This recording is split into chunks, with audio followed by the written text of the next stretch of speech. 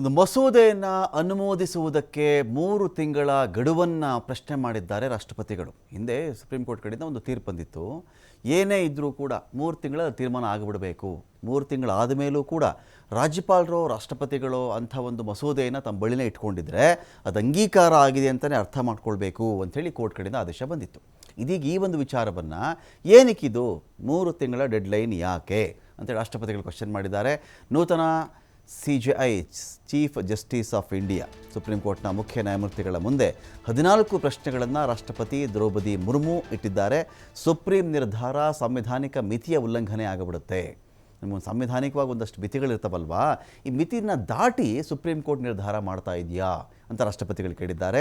ರಾಷ್ಟ್ರಪತಿ ರಾಜ್ಯಪಾಲರಿಗೆ ನಿರ್ದೇಶನ ಕೊಟ್ಟಿದ್ದು ಸುಪ್ರೀಂ ಕೋರ್ಟ್. ಇದರ ವಿರುದ್ಧವಾಗಿ ಮುರ್ಮು ಟೀಕೆ ಮಾಡಿದ್ದಾರೆ.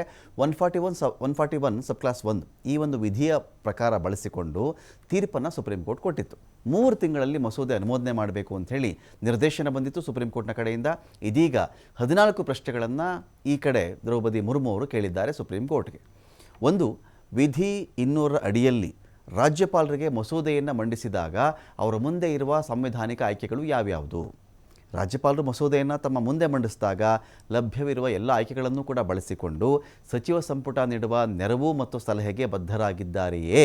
ಇನ್ನೊಂದು, ವಿಧಿ 200 ಅಡಿಯಲ್ಲಿ ರಾಜ್ಯಪಾಲರ ಸಾಂವಿಧಾನಿಕ ವಿವೇಚನೆಯು ನ್ಯಾಯಸಮ್ಮತವಾಗಿರುತ್ತಾ? ಇದೇ ವಿಧಿ ಅಡಿಯಲ್ಲಿ ನ್ಯಾಯಾಂಗ ಪರಿಶೀಲನೆಗೆ ವಿಧಿ 361 ಸಂಪೂರ್ಣ ನಿರ್ಬಂಧ ಇದೆಯಾ ಅದರದ್ದು? ಸಂವಿಧಾನಿಕವಾಗಿ ನಿಗದಿಪಡಿಸಿದ ಸಮಯದ ಮಿತಿ ಮತ್ತು ರಾಜ್ಯಪಾಲರು ಅಧಿಕಾರಗಳನ್ನು ಚಲಾಯಿಸುವ ವಿಧಾನದ ಅನುಪಸ್ಥಿತಿಯಲ್ಲಿ ರಾಜ್ಯಪಾಲರು ಆರ್ಟಿಕಲ್ 200 ಅಡಿಯಲ್ಲಿ ಎಲ್ಲ ಅಧಿಕಾರಗಳನ್ನು ಚಲಾಯಿಸುವ ಉದ್ದೇಶಕ್ಕಾಗಿ ನ್ಯಾಯಾಂಗ ಆದೇಶಗಳ ಮೂಲಕ ಸಮಯ ಸೂಚಿಯನ್ನು ವಿಧಿಸಬಹುದೇ? ಒಂದು ಟೈಮ್ ನಿಗದಿ ಮಾಡಬಹುದಾ ಇಲ್ಲಿ ಓವರಾಲ್ ಆಗಿ? ವಿಧಿ 201 ಅಡಿಯಲ್ಲಿ ಅಂತ ಬಂದಾಗ ರಾಷ್ಟ್ರಪತಿಗಳು ಸಾಂವಿಧಾನಿಕ ವಿವೇಚನೆಯನ್ನು ಚಲಾಯಿಸುವುದು ನ್ಯಾಯಸಮ್ಮತವಾಗಿರುತ್ತಾ? ಸಂವಿಧಾನಿಕವಾಗಿ ನಿಗದಿಪಡಿಸಿದ ಸಮಯಾವಧಿ ಮತ್ತು ಅಧ್ಯಕ್ಷರು ಅಧಿಕಾರಗಳನ್ನು ಚಲಾಯಿಸುವ ವಿಧಾನದ ಅನುಪಸ್ಥಿತಿಯಲ್ಲಿ ವಿಧಿ 201 ಅಡಿಯಲ್ಲಿ ಅಧ್ಯಕ್ಷರು ವಿವೇಚನೆಯನ್ನು ಚಲಾಯಿಸಲು ನ್ಯಾಯಾಂಗ ಆದೇಶಗಳ ಮೂಲಕ ಸಮಯಾವಧಿಯನ್ನು ವಿಧಿಸಬಹುದೇ?